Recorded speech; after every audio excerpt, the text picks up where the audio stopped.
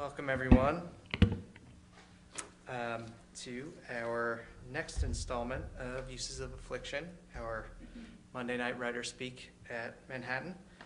First, we'd like to especially welcome Carla Cagliotti and Luann Walker. What did I say? Who? Cagliotti. And Luann Walker, who came in from Southampton for tonight. So, just a couple announcements before we get rolling.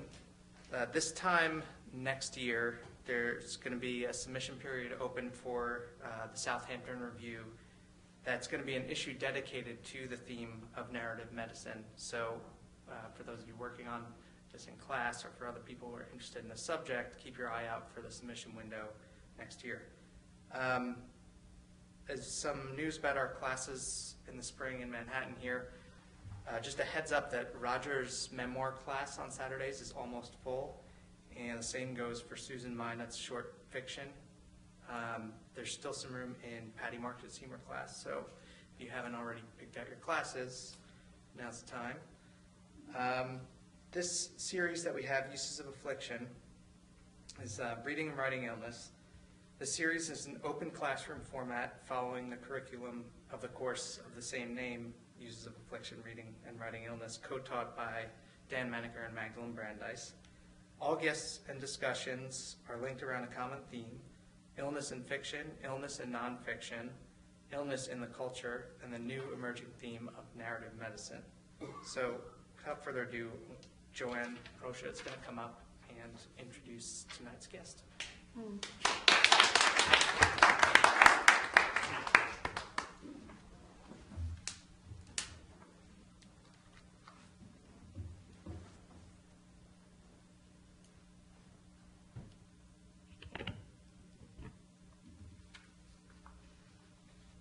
There is only one way to introduce a book as heartfelt as Rita Charon's Narrative Medicine.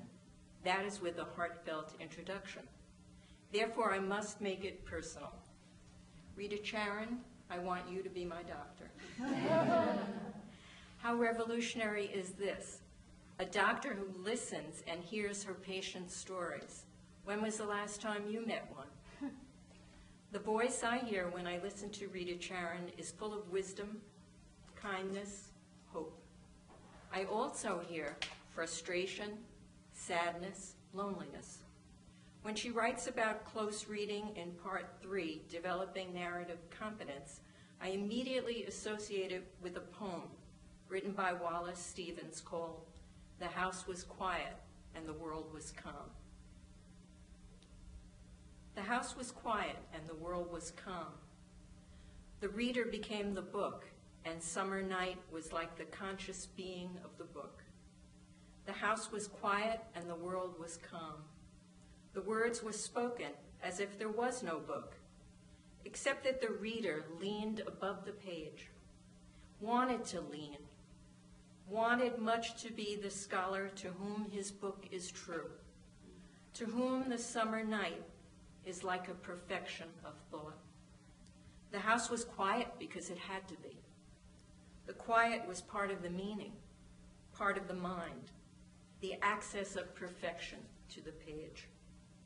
And the world was calm. The truth in a calm world, in which there is no other meaning, itself is calm. Itself is summer and night. Itself is the reader leaning late and reading there. The poet's voice reminds me that I will become one with a book if I read it closely, the way Dr. Charon reads her patients. Face to face, not side by side in some parallel play. No, face to face, as she says, leaning forward toward the person who suffers. It's summer, the poet tells us. This is a young voice. While the voice in her book is experienced, it is also young because of the passion and optimism she shows. The calm I experience after reading her book comes from the hope I feel for doctors and their patients. Those in narrative medicine are pioneers leading us to a better future. Finally, she ends her book with the word joy. How fitting for this humble woman. She is grateful for her calling to be able to suffer with those who are ill. It's what St. Paul talks about in Ephesians, having the eyes of your hearts enlightened. Rita Charon is a general internist and narratologist at Columbia University who originated the field of narrative medicine. She is founder and executive director of the program in narrative medicine at Columbia. She completed the MD at Harvard in 1978 and the PhD in English at Columbia in 1999, concentrating on the works of Henry James. Her research focuses on the consequences of narrative medicine practice, reflective clinical practice, and healthcare team effectiveness. At Columbia, she is professor of clinical medicine, director of the Narrative and Social Medicine Scholarly Concentration Track, director of faculty development for the Division of General Medicine, and the director of Columbia Macy Interprofessional Education Project. She has served as visiting professor at many medical schools and universities in the United States and abroad, teaching narrative medicine theory and practice. She has received a Rockefeller Foundation Bellagio residency, a Guggenheim Fellowship, and research funding from the NIH, the NEH, the VA, and several private foundations. She served as co-editor-in-chief of Literature and Medicine from 2000 to 2007. She lectures widely on narrative medicine and is published in such journals of medicine and literary studies as the New England Journal of Medicine, Lancet, JAMA, Annals of Internal Medicine, Narrative, Henry James Review, and Literature and Medicine. She is the author of Narrative Medicine, Honoring the Stories of Illness, and co-editor of Stories Matter, The Role of Narrative in Medical Ethics, and Psychoanalysis and Narrative Medicine. It is with joy that we welcome Rita Charon.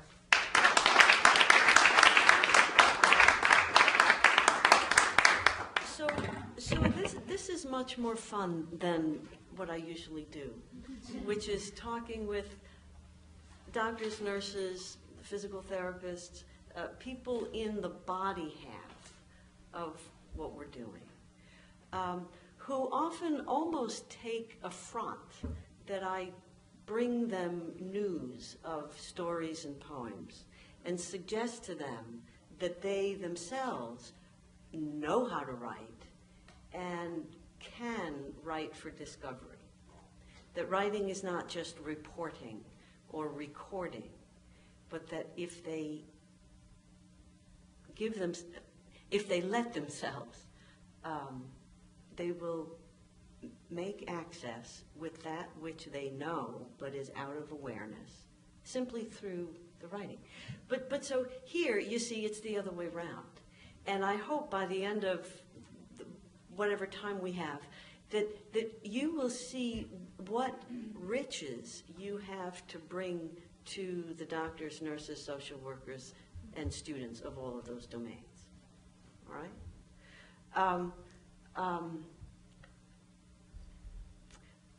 My study of literature and writing came way after the medical part, because it was sitting in those little rooms, just really being baffled by not just the situations in the accounts, but the multiple contradictory versions of the situations in the accounts to which I was subjected. So that the patient would say one thing, her adult daughter would say something else, the neighbor would say something else, the intern down in the emergency room would have a whole different thing. And I came to understand that that was simply my job, to cohere these many conflicting versions or construals of a set of events or situations or states of affairs. So that's what sent me to the English department to say, in effect, can you teach a doctor something about how stories work? And they did. I really think they did. And I love when I see somebody referring to something that I wrote and they call me a narratologist. I love that. Better yet, they call me a Jamesian. That's even better. And that's not to turn my back on the internal medicine. I do it. That's what I do. That's what pays my rent. And yet, that which you all know because you are writers is what we so sorely and dangerously lack. Now, since this book, and I really had to take mine off the shelf and look at it to remember kind of what was in it, since then, we have started a master's program in narrative medicine at Columbia. And we have moved along in some of the thinking. So as I looked at this book just today, it was not at all nostalgic. Instead, it was kind of, well, now I think we know something about how to answer that particular question, or we don't believe that anymore at all. Do you see? I mean, it's very, you do this, right? You read something you wrote 5 years ago. It's spooky, right? It's very spooky. I do want to read you some of it, though. I want to read you a few paragraphs because, well, you'll see why because. So I'm going to read you a very short description of a patient.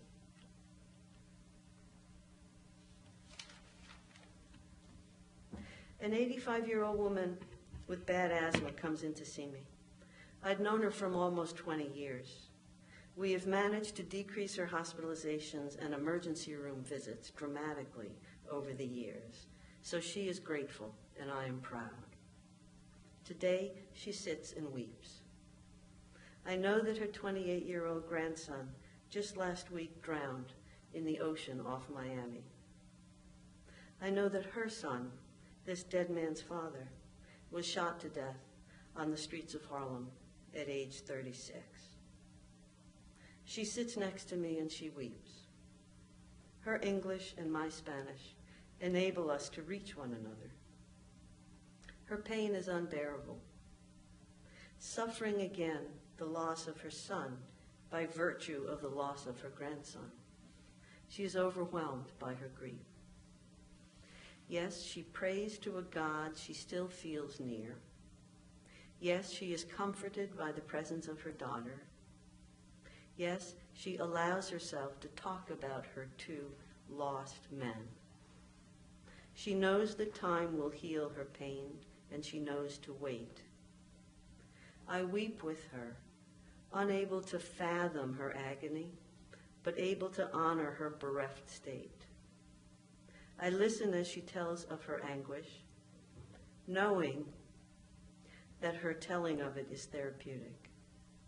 I will see her next week, and the next week after that, not to fix anything, but simply to watch with her, to listen to her, to behold in awe her faith and power and love.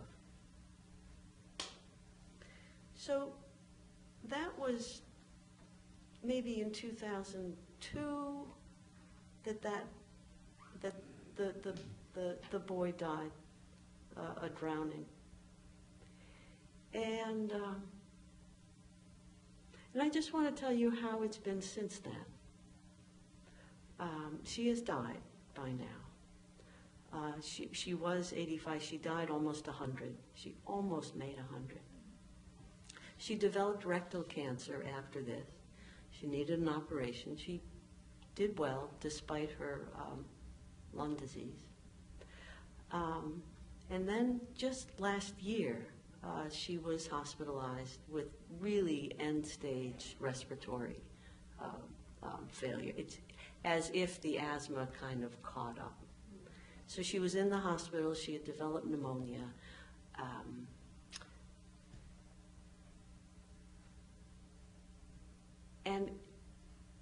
everyone knew. I was trying to remember, I couldn't even remember who decided, but it was known that we shouldn't have her go into the intensive care unit and go on a ventilator. So she was in the hospital. This was not that long ago, for what I knew was her final hospitalization. And we were treating the pneumonia, but we were also treating her suffering, her breathing distress. The only thing that I added to what the very competent resident and hospital doctors had done was to ask her to call the chaplain, because I knew that this was a Catholic family. And I happened to be in the room when the chaplain came. And he came to get, if there are those among you who grew up Catholic, you know that at the time of death, the extreme unction is given, which is an anointing with sacred oil of the person dying. So the priest came in, and he had a beautiful stole of many colors and a small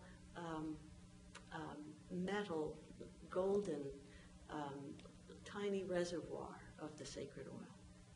And from it, he made crosses on her forehead, her eyes, her lips, her hands, and her feet. And all of us were standing around the bed. And then the priest, in Latin, said the final confessional prayer, which I know in English means that he was forgiving her sins. And I was able to say to her son, the living son that I know pretty well, that it was unnecessary because she had none. And she died a few days later. I went to the funeral, which was in Washington Heights. It was a Spanish family. And this was now years after what was in this book. And at the funeral, I knew the son pretty well, but I met all her other relatives, including the ones from Miami. And this tall, beautiful man, I think he said he was 37 years old. I think that's what he said, although it doesn't jive with the ages in this book. He was a tall, beautiful, over 30-year-old, and he had some children with him. And he says, I remember, Dr. Charon, I remember I would take my grandmother to your office when I was 12. There you go. Now, what I did for the family is wrote a description. I wrote just what I just told you, up until when I was 12, and sent it to her son, who sent it to the others in the family. And this counted as a kind of, I don't quite know what to call it, a reverence.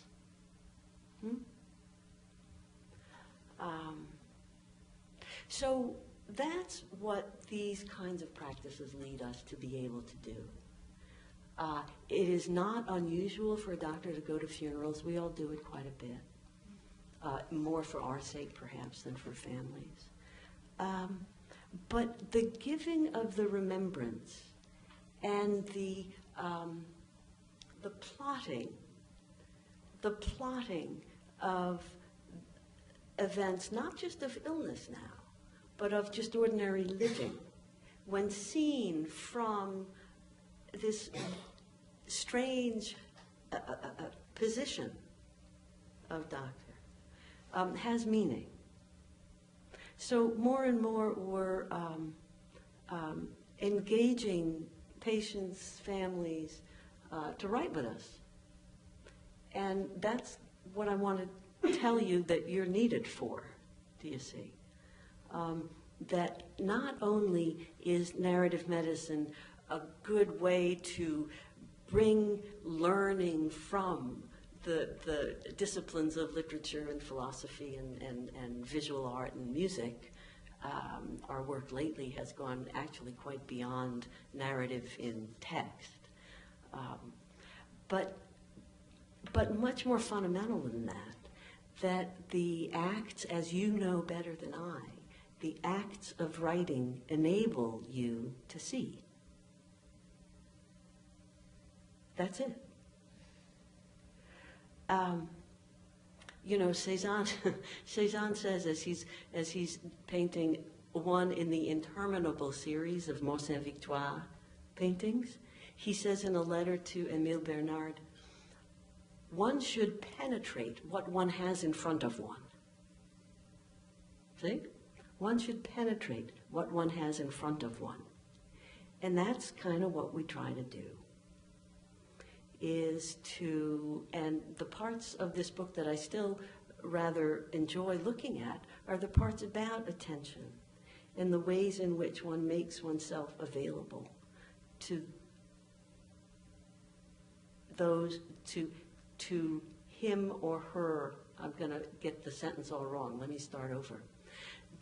The attention is that which allows the beholding, is that which allows for a doctor or a nurse or a physical therapist to sit in a room with someone who's come for care and see them. I mean, very simply, see them, and not just see what medical problem they're causing. I mean, it feels like you're causing me a problem by coming with your chest pain. Do you see? So that's, I'm trying to impress on you the magnitude of the difference. That really quite simple, ordinary skills in seeing, in hearing, in writing can make in the office.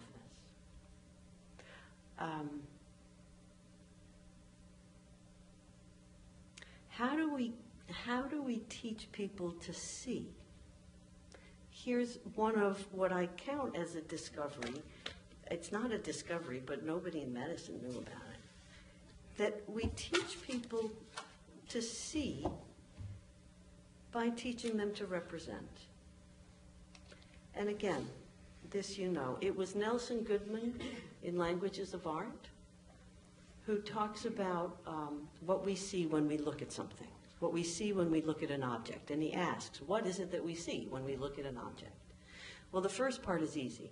He reminded us all that what we see when we look at an object is a version or construal of that object.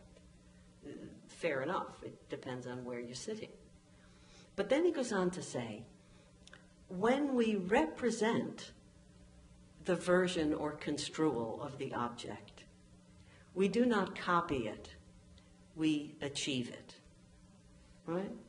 So that's what we're trying for in the work, whether the writing is done by the healthcare professional, by the student, or by the patient, or by both.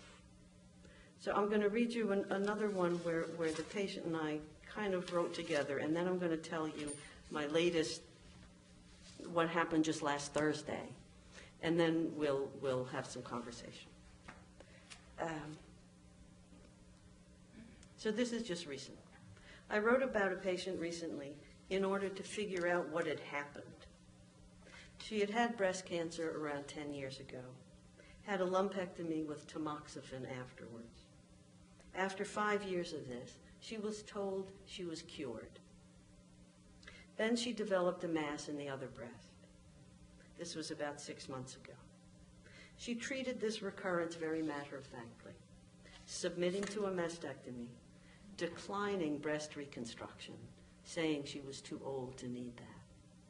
She recovered from the disfiguring surgery quickly, non-complainingly. Then she began to worry that the cancer would come back again. She felt new lumps in the mastectomy scar. She thought she felt growths in the soft tissue under her arm. She was terrified that it would come back. She visited either the breast surgeon or me every other week. We did ultrasounds. We tested her blood for cancer markers. We both kept telling her that she was fine, that after an operation, there's always some shifting of the tissues as the injury heals, that her cancer markers were not elevated. She could not feel reassured, and so she felt we were deceiving her. But then, after another negative breast exam, I recognized what I thought might have felt deep to the scar for her. I thought she might be in the glare of the knowledge that she will die. I leaned back against the sink next to the examining table. I told her I could not reassure her that her body did not harbor the disease that would take her life. It might or might not be the breast cancer, but it will be something. I told her she had gained sight from her last illness, and that I thought she was now able to see what the rest of us hide from, that knowledge that we too will die. I offered to do something with her. I offered to stand with her as she gazed into that glare, to minimize its terrible isolation. So here's what I wrote in the medical chart that day. We have electronic charts. We have to upload things into the computer. So this was my, as we call them, progress note for the day. The patient continues with persistent concern about breast cancer recurrence. No wonder. She had what was assumed to be full and curative treatment of the first episode of breast cancer, and then alarmingly, it suddenly recurred. Since her mastectomy, she continues hypervigilant, not altogether consoled by the negative CA2729 levels, or the systematic examination by ultrasound and physical examination of the scar. She feels and sees that the scar changes, and this she takes as evidence that either the cancer was not eradicated or that a third one is underway. I understand this. I can imagine what her feelings might be in the face of a second cancer. Because she's a complex, very intelligent, very insightful woman, she has to suffer the burden of this experienced and conscious uncertainty. It is an uncertainty that all mortals live with, but that in ordinary circumstances, most of us can ignore. This is not the case with Mrs. C. She has to suffer the daily reminders that her body is not like it was before this last insult, and that there may be future insults to come. Alas, this is true, and she cannot fully be relieved of the fear. What we can do is to not leave her alone with the fear. And I gave her a copy of that note. Now, I recently read this when I gave rounds, we call it rounds, a lecture, to my own Department of Medicine at Presbyterian. And there were two reactions. One was kind of, you wrote all that? Like, we're going to have to read that?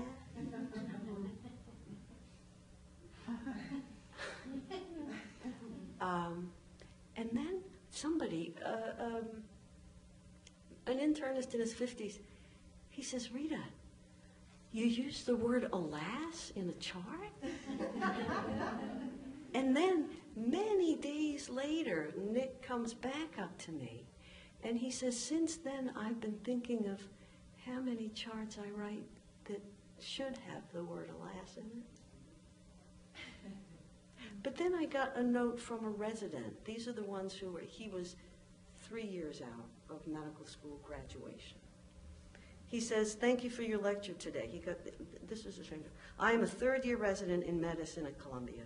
Here still after spending 4 years at PNS, which is our medical school. Through all the work and training, it seems I had forgotten why I embarked on this path. And I'm going to read this whole thing, even though it's a little congratulatory. Your devotion to the narrative of the people in your office, unflinching, unyielding to the distractions that consume this resident's day, it seems, renewed my enthusiasm.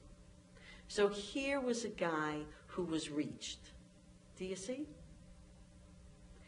Now, I just saw this patient again Thursday, just a few days. What is today? It's Wednesday. So there. So I just saw her, and you know what? She is okay. We talked on the phone not long after that visit that I just described, and I called her to see how she was. She says, what you said that day, what we said, that's true. And she kind of let go of the need for the ultrasounds and the cancer markers. I mean, we found together what she was going through. And so, also last Thursday, when I saw someone else who I've been taking care of for a long time, for the first time ever, and I kind of went against hospital policy, but I'll tell you what I did. It was a long conversation about many health reversals that this woman had had. It was very complicated. It started up her panic disorder from years ago, and she was really, really, really frightened. So we talked at some length, and then I said, I'm going to just write down the technical parts that you told me. The sugar levels, the atrial fibrillation, the rate of your heartbeat. But I said, I don't know what of all the other things we talked about you would want me to put in the chart. Again, it's read by a lot of people. So I'll let you do it. So I turned the computer around, I put the keyboard in front of her, and I left. And I was dying. I'd never done this exactly. But so I gave her like 5 or 10 minutes. I knocked on my door, went back, She says, yes, I'm done. And she says, you just might have to fix the pronouns because I started in she, but then I ended in I. And when I read it, I wanted to read it to you, but I can't because when I read it, there were things in it that had not come up in our conversation. And the things that had not come up in our conversation is where she herself feels pleasure and achievement and reward, and how her students look up to her and her colleagues are thrilled with the work she's doing in the department. So it was some way in which through her writing she was able to gain access to some parts of what she was undergoing that were strengthening for her. So I'm now figuring out how to make that legit by the hospital. But I think that kind of belongs. Now, I want to stop and see what part of all this we should talk about. Should we, the format of this is that you and I will sit in the chairs now. Oh, okay. I have a bunch of questions. And in the absence of Dan, I'm filling in as the... Yes. Yes. And I'm representing much of our class discussion. We all see that.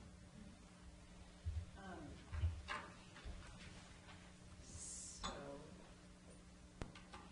one of the things that we were really struck with was the notion of dual narratives, that we have the story of the life and then the story of the body, and that the doctor's job is to sort of find the place where they meet. And I mean, for us, it's a very exciting way to look at fiction as well. So I'm just curious about if you could speak more to the people who haven't read your book as closely as we have. The tension inside the health side is obviously that the only thing that matters is the body, and not the lived body, not the Merleau-Ponty body, the body as object. And indeed, there's a lot to do. Somebody comes in, and however much I intend to be, available and present and noticing, my mind is whirring with all the things that not just like, is it time for the mammogram and did you have her flu shot, but all the more sinister things. I know there's colon cancer in the family, and why did she lose weight? So you can't just abandon yourself to being in the narrative world. And yet, the only way to do justice to even the body ailments is to be in the narrative world. So that these are high paradox. They're high paradox. So when we bring narrative skills, narrative training to the clinicians, whether they're students or trainees or professionals, how can I say? We almost have to trick them into, for a moment, not paying attention to the body. So we're not going to do the writing. I didn't realize you all were MFA already, so you don't need me to coach you in the writing. But what I will do is give you a copy of what I was going to have you write to, because this is an example of a way that we might try to do that. It's just a little paragraph out of Colin McCann's Let the Great World Spin. And it has nothing to do with medicine and nothing to do with anything medical. And we just kind of entice the readers in to see the text and what's going on in the text. And then at the end of it, we give them a prompt that, again, has nothing to do with clinical anything, but is just you know what a good writing prompt is. It's just kind of a slanted invitation to write in the shadow of what's just been written, what's just been read. But that's the lengths to which we have to go to circumvent the body sitting in the room. So I found the parallel charts very, very interesting. So I'll do my synopsis and you can correct me if I'm wrong. So the interns and the young residents go through and they meet with patients, and they've done their technical medical chart, and then the exercise is to just write about what else in the experience struck them. And they come out as little stories, and they have narrative point of views, and they have plot, and they have development, they have desire, and they have all the elements. Then what I find, and if I have left anything out, correct me on that, but what I found interesting is rather than talking about these narratives medically and saying, you know, could it have been recurring breast cancer or something like that, you talk about it in literary terms. So can you explain how that works? And, okay, so it's taken many medical schools, nursing schools, physical therapy schools do what they call reflective writing with their students. And it's typically a prompt like, write about the last time you made a bad mistake, or write about the first time a patient on your service died, or write about a patient who reminds you of someone in your family. These are, they're almost more like essay questions than prompts. And typically, the students will write something. I mean, they have to. It's required. And then even just today, I got into almost a fight on a conference call because somebody from a Texan medical school was describing their reflective writing. And I kind of barged in and said, who reads them? And she says, the course director. And I say, how many students? And she said, 90. So I said, then the reader doesn't meet with the writer. The reader doesn't say anything to the writer about what has been written. And she got very grumpy and kind of tetchy. Well, we don't have the resources like you do at Columbia. She got very tetchy.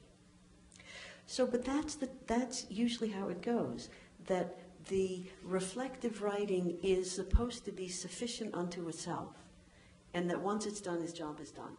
And all you have to do is check the box that the student did it. And there are some schools where nobody reads it. They just check the box. Well, they did it. It was an assignment. Mm-hmm. So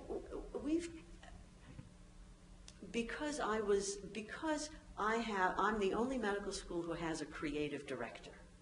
There's a creative director of our medical school. It's novelist Nellie Herman, who has with me developed... This is of the narrative medicine school or of the... No, of the medical school.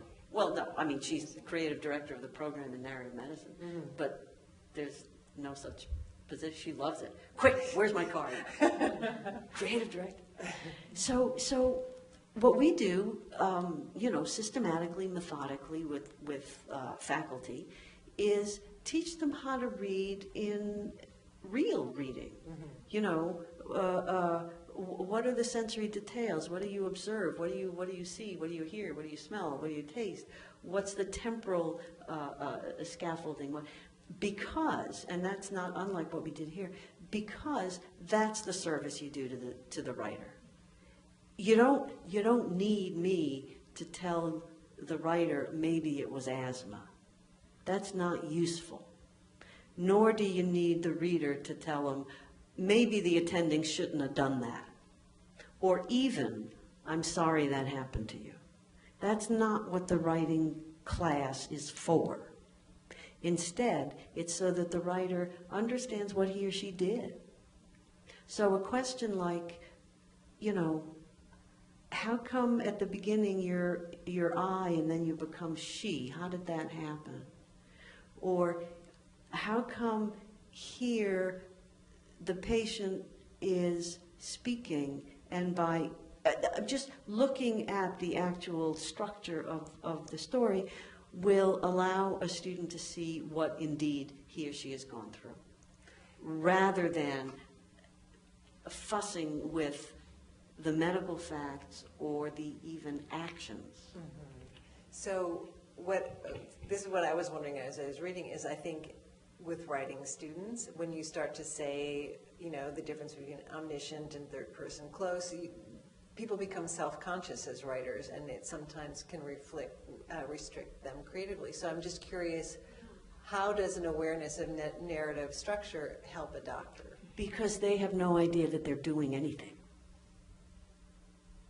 So we point out, look, you're doing something. Look, you're using a breezy, casual diction to talk about this thing that happened in the intensive care unit. How does that work? Mm-hmm. Or even, who do you think you're talking to? Who's talking? Who's the speaker? Who's giving me this story? I mean, really, that's what I mean by you have so much to teach them. Really, really elemental, basic things about what happens when one person tells another person that something happened. Mm-hmm. And it's a gift to the writer to let that writer know what he or she has made visible. And it's typically made visible not in the plot, but in the form. Mm-hmm. I mean, it's so elemental. You guys did this when you were in high school because you were writers, but my students did not, on the whole. And it floors them. I work with the faculty. It floors them. The how can I say, the punishment is now they keep asking us, okay, will you come in for our 8 o'clock conference? Because we want to do more writing. Right. So we have to schlep in at 8 o'clock because we don't say no. Right. The pediatricians, the emergency room doctors, the hospitalists, the social workers, the child psychiatrists, they want to write. Do they always write about what's happened in their practice, No. or do they write fiction? No. And Usually we bring a paragraph of a story or a fiction, or we bring a poem. We spend a good 20 minutes talking about how the text works. I mean, in ways that it would sound like, you know, a seminar in the English department. Mm-hmm. And they're getting, some of them are pretty good, so they understand what the narrative structure and what diction is and what's allusion and what's and only after such a conversation will we then give them a prompt that has some relation to what we've just read. Mm-hmm. And then they write. so one of the questions that we had in this book, there's a very carefully constructed argument leading up until the point where a case for doing this has been made. And then the structure of it relaxes in a way. And I come from alternative healing, and there's a bunch of us who have all these theories that, you know, shamanism was brought up. There's all kinds of things that we were talking about in the context of what the book is actually about. You evoke the storyteller and people's relationship with God. I mean, a lot of it is like alternative healing and shamanistic practices. So I'm just curious if the careful construction is because you're dealing with the medical world and the need to be taken seriously. Yeah. You know, I called it narrative medicine. I could have called it narrative health or narrative care. But I was in the Department of Medicine. And it happens that the medical end of things, for better or for worse, it shouldn't be, but it is, it takes the first step. So it was a strategic choice to keep it within medicine, and to bring with me the mainstream power brokers of medicine. That's what it was. And it's kind of worked. I mean, NIH just gave me 10 years of funding. It kind of worked. See? So, but I'm glad you brought up that. I mean, I was just at a meeting in Montreal called Whole Person Care Congress, which is what may sound like palliative care in that it has all modalities and all aspects of a person's situation, but that you don't have to wait till you're dying to get. See? So no, the yearning that we have for this kind of unified, not fragmented, singular, recognizing, respectful, egalitarian care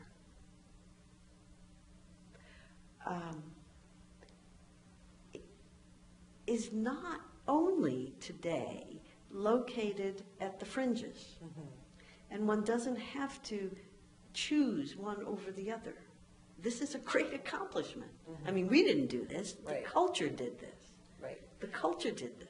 Well, I think also your book serves in that way because a number of us who have a bit of a stance about the uncaringness of doctors felt more compassion for what a doctor's job actually is. Yeah. And like, just your description of the very first death that you saw where you're caring for the patient one day and then the next day you're seeing his organ parts in bowls. I mean, it's a horrific experience of life that most doctors are having.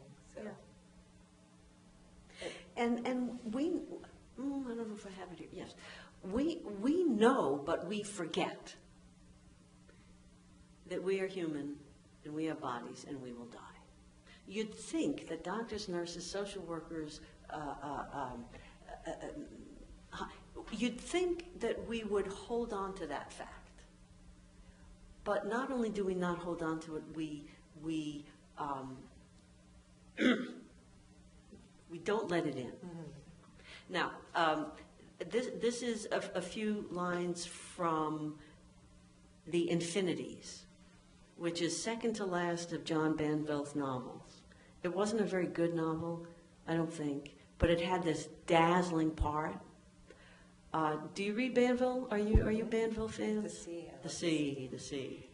So, but here the conceit is it's being told by Zeus and his cronies up on Mount Olympus, and they're all looking down at the hapless mortals that they created, right? And this is in the voice of Zeus. This is the mortal world. It is a world where nothing is lost, where all is accounted for, while yet the mystery of things is preserved. A world where they may live, however briefly, however tenuously, in the failing evenings of the self, solitary and at the same time together somehow here in this place, dying as they may be, and yet fixed forever in a luminous, unending instant. Now, we all should know that, but we don't.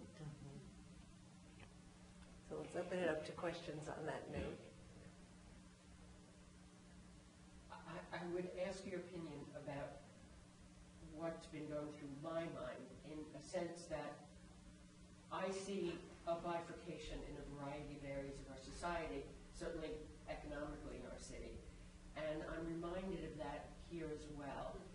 There is something, and I mean it in a positive sense, but elitist when you mention Texas, or when the young resident says, I'm in my third year, and he's looking forward to have to deal with Obamacare and the myriad of upheavals in our hospital systems. So what you're saying is very beautiful and poetic, and I would love to believe that I could have doctors that would talk like you. How can we realistically expect this, and what do you see in it? So over the decades, there have been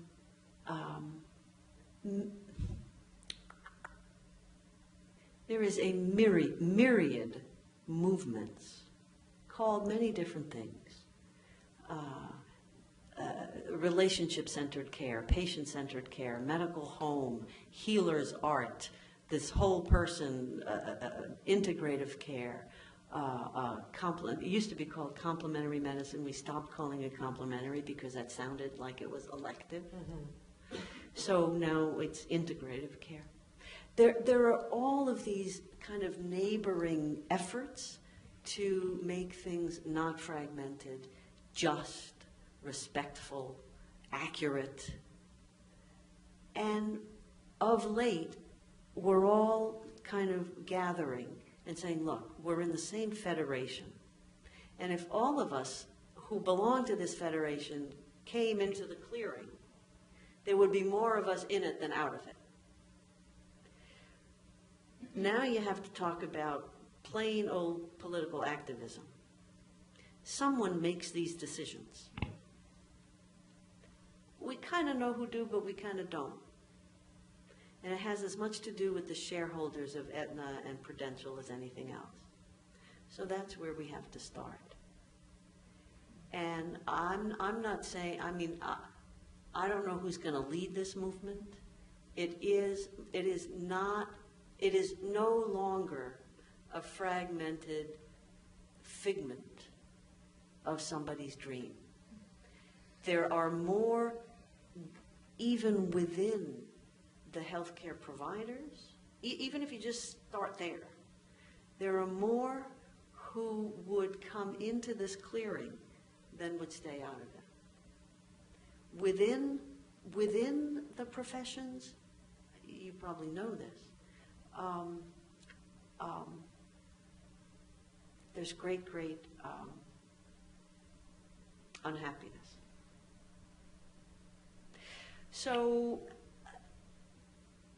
it's going to need a civil rights movement, a feminist movement, but we can, and I'm not just talking for myself, there's any number, it's many of these kind of startups, all right?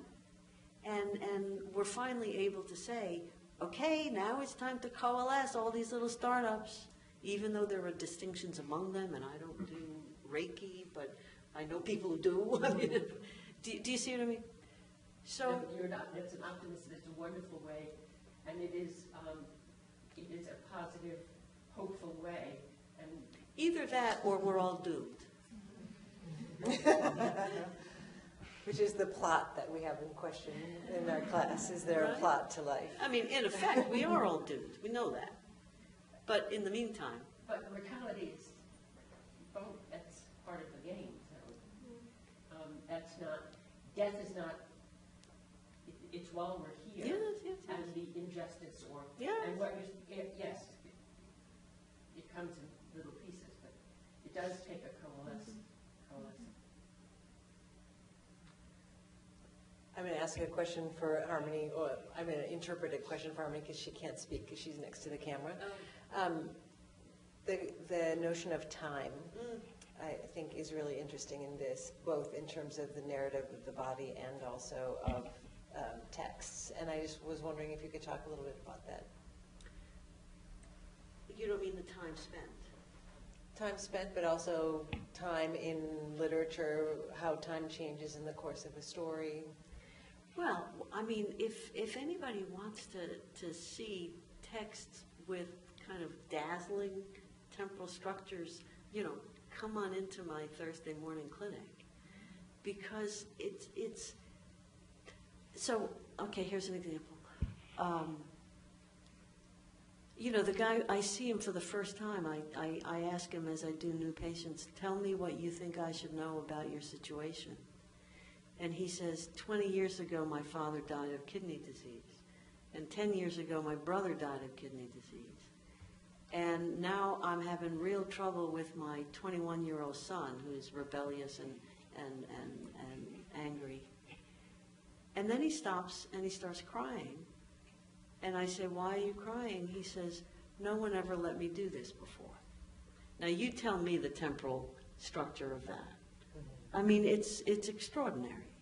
And he is on his, just in a spontaneous utterance, bringing together 2 decades at 2 different removes, and then a future with he doesn't know what his son is going to do, but he's and then to say nobody ever let me do this before.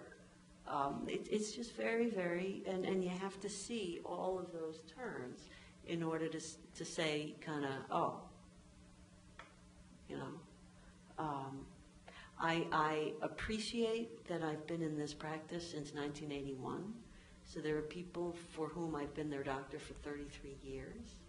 And it's kind of mind-blowing. Some time ago they said, oh, well, we're gonna shred all your charts.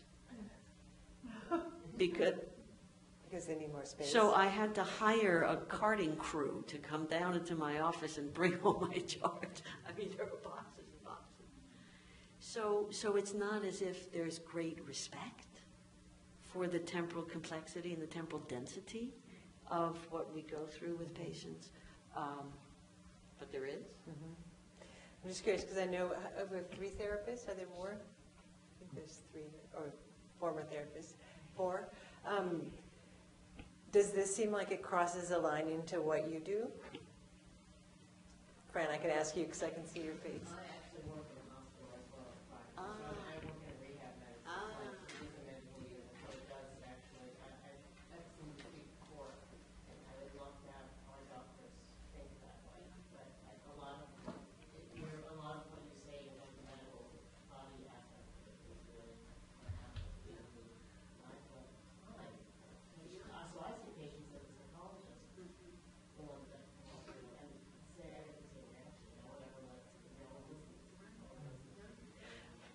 But in rehab, I mean, the temporal events are just very complex because some of the losses go on very slowly, some of the gains go on very slowly. The sense of what have I lost? And certainly the sense of future. I mean, it's exquisite in rehab. I guess especially in terms of what many have lost, right?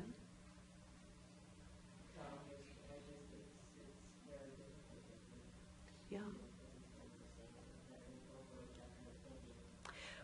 Yes, and so what we do know is that this does not take more time than other ways of running your clinic. If you're good at it, you can get rather quickly to at least open a door in the patient's narrative world. You know how to do that. You have to be trained to do that. But once you do, it's not like it takes a whole lot more time because you can start more quickly. And I mean, if I'm not having patients write their own charts, well, that's a time saver for me. I can have several rooms going at once. I mean, that's kind of cool. But I mean, I don't mean just that. But so we're doing this study now. We're applying for federal funds to bring narrative training into the ambulatory clinics, into the workplace, where it's not just whoever's interested in this, not just who wants to come, but everybody. There's 3 different kind of clinics at Columbia that we've approached.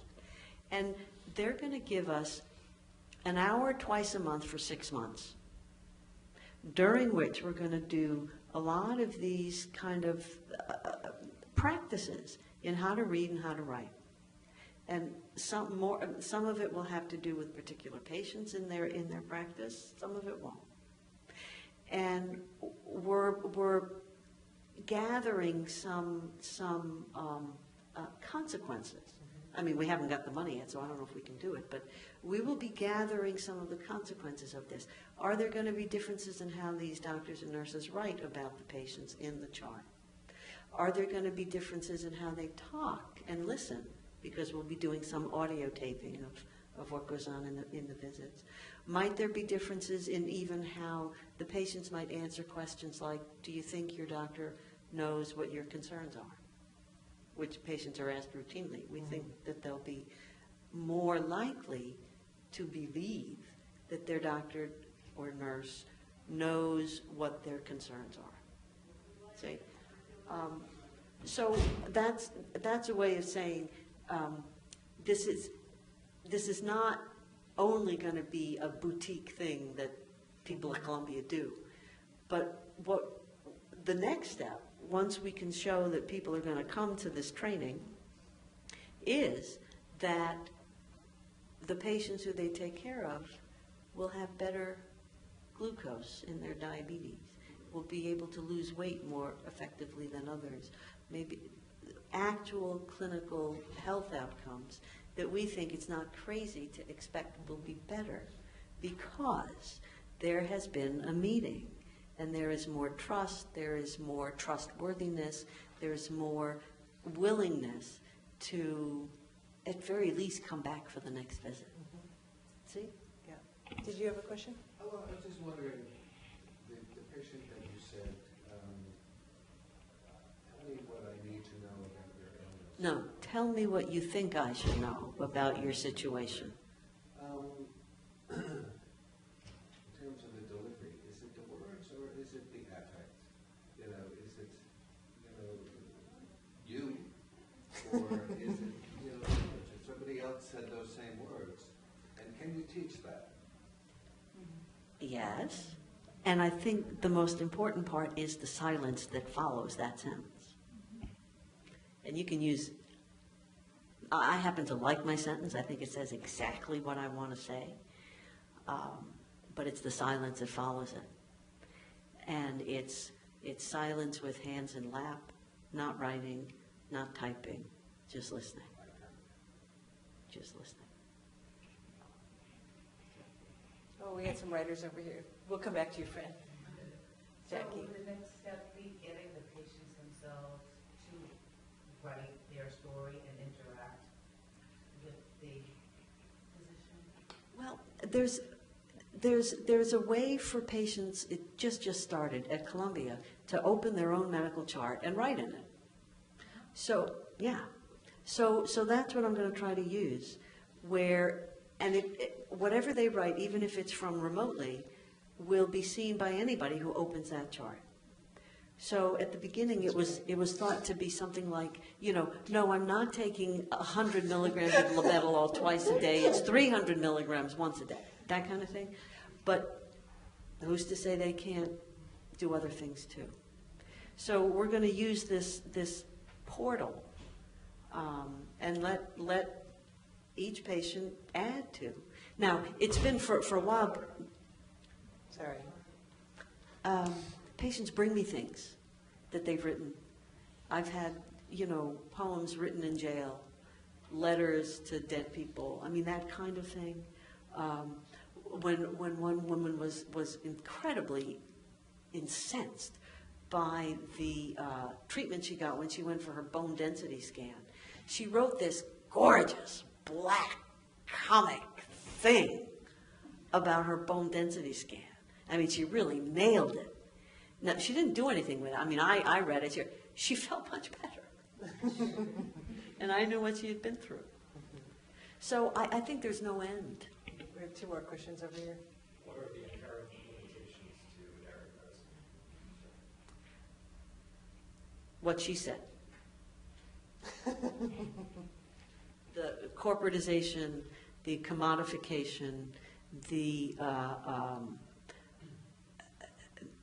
what stands as legal tender in healthcare, which is not the care, but the dollars. So that's what the race is. It's whether the profit and the greed of my colleagues, as well as the industry, whether the profit and the greed will outstrip or beat the concern for health. Did you have a question, Patrick? What are the opportunities, or are there opportunities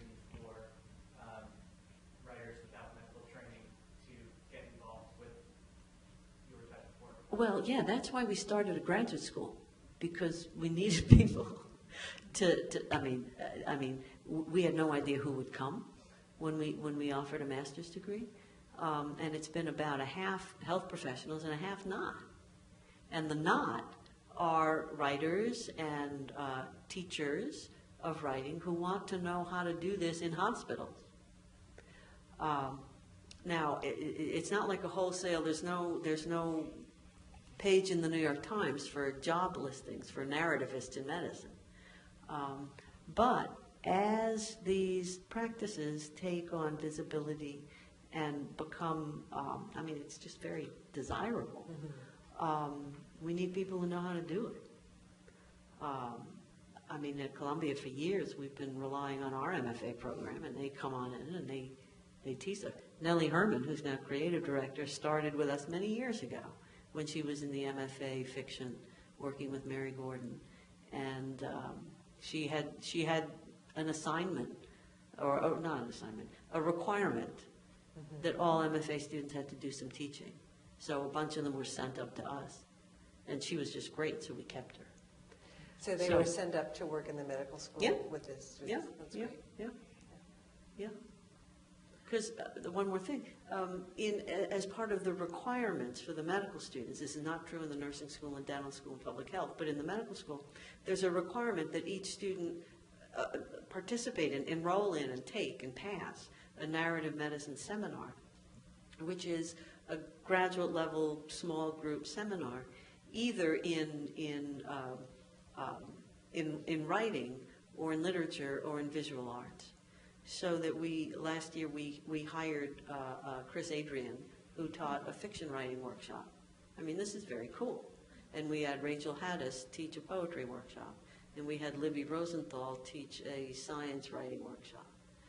So, you know, we're doing it, and now people from NYU and other places are saying, well, how do you do that? Where do you find them?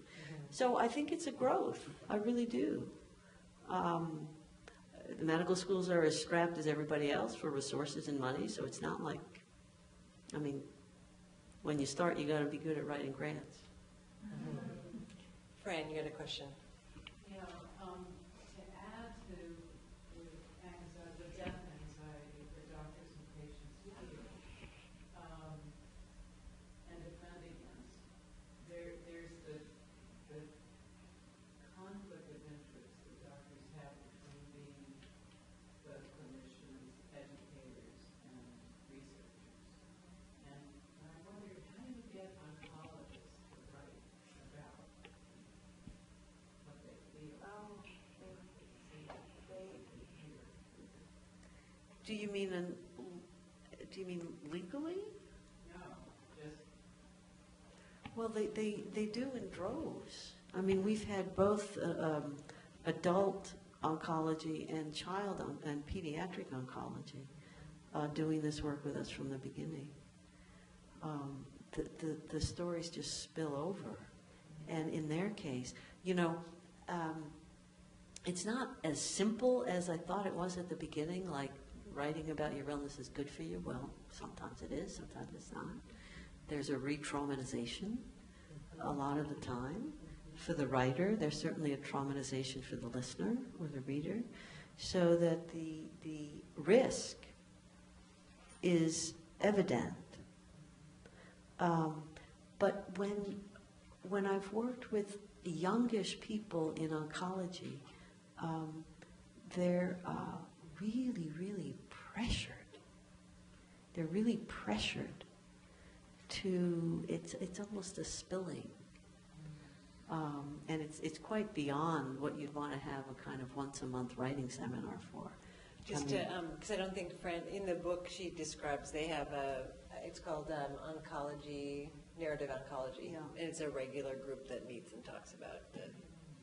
And I think there's a very specific parameter around that group that it's not about just venting your feelings, Right. but really Right, and that's the why the constructive writing is part, so yeah. important. By now, that group has grown to include patients as well. So it's a group that meets once a month. patients, family caregivers, nurses, doctors in oncology. I think sometimes the chaplain comes. So it's one of the rare times that the doctors can hear what patients describe themselves as going through, and that the patients and caregivers can hear the engagement and the investment of the doctors and nurses in how they're doing. Do you see? The other group who does a lot of writing with us is the palliative care doctors. Yeah. Judith? Yeah, I'm strangely blessed because I have in this writing program, and I'm a cancer patient. Still, have no idea what's going on. But so I am definitely blessed. So unfortunately, I start to talk and then I forget pieces of what I was going to say. But I'm thrilled. And thank you.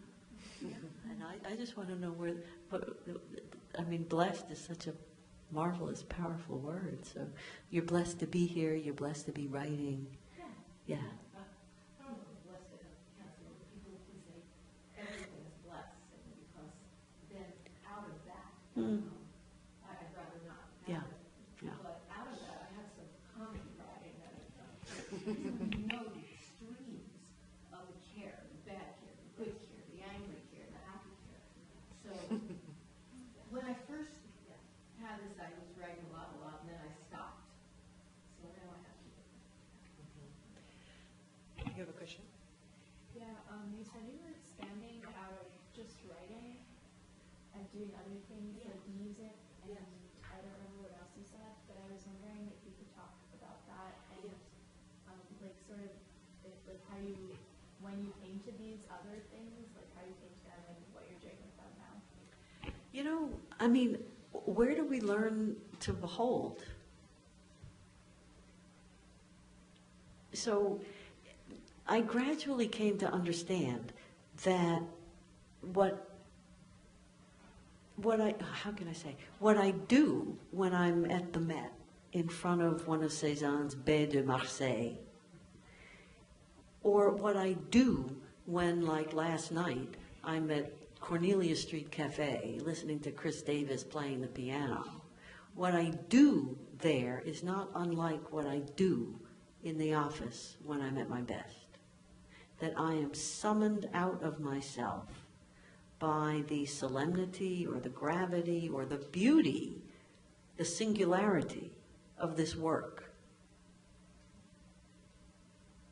So that, and I mean, I'm not, this is true, that I feel summoned out of myself to be with this woman who's telling me about her grandson, or with the woman who ended up writing her own chart entry. So there's a kinship between these ways in which we use our human beings to see or hear or take in works of art. So that more and more in my mind, the care of the sick is a work of art. That it requires that kind of aesthetic engagement. So does that make sense to you? Do you know what I'm struggling to So say? you're wondering about the practical application, like do you bring Well, art I was into wondering, patients? Like, I guess now I'm thinking, do people respond better to different, like, well, like, if you're in the Met, and how do you do therapy or do these sorts of exercises through art with them when they're in a hospital, or how do you do it through music? Or is that not what you do? I'll give you an example from music, if that's okay. So I recently became a jazz producer. I didn't mean to, but I did. Because I know Fred Hirsch, who's a jazz pianist and a composer, and himself was very sick, almost died of his AIDS, and was in the hospital for months, in a coma for 6 weeks. And when he emerged from his coma, I mean, he actually got better. He got better. And he got extubated, and they took the feeding tube out, and he was able, after months, to sit up, and then to talk, and then to walk, and then to go home, and then to play the piano. And once he was better, he composed a work that he called My Coma Dreams, which was based on the dreams he had during this 6 weeks of coma. And he worked with a writer, and together they made not just a concert, but a theater, a jazz theater, with dialogue and an actor and sets and gorgeous music that he composed. So I understood that there were things that he knew about serious illness and near death, that because he's a composer, he could tell me that they were aspects that bypassed language and maybe couldn't be contained in language, but came from the composer's creative action straight into that part of my brain that understands the music. Do you see? So we produced a performance, a couple of this My Coma Dreams at the Columbia Miller Theater. And there were doctors in the audience, like middle-aged, old doctors, who came out weeping, saying, "Rita, I've had so many kids in the ICU, I've seen so many of them die, but I didn't know what they went through."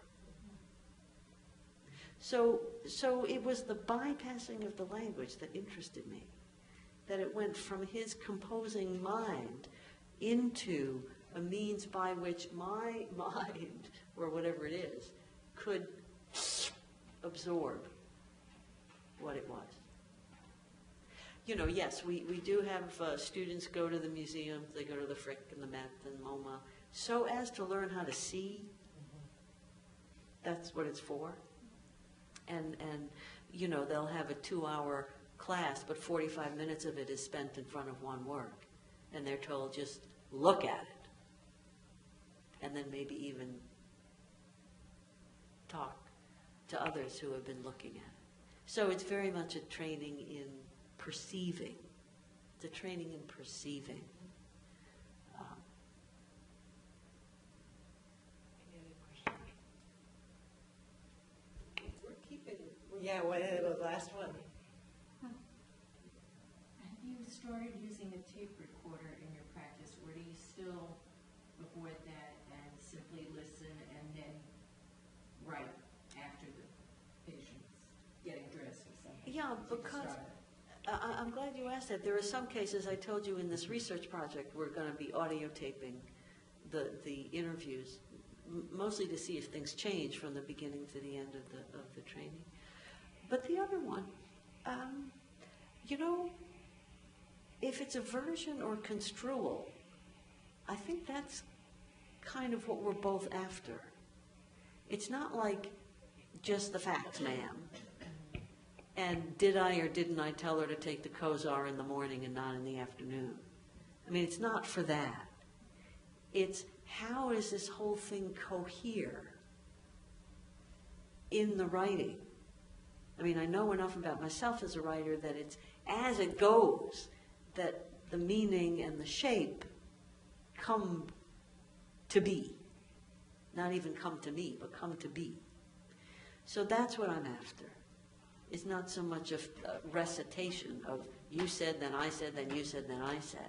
Because then you'd still have to interpret that. Or not, interpret's the wrong word. You'd still have to confer form on that.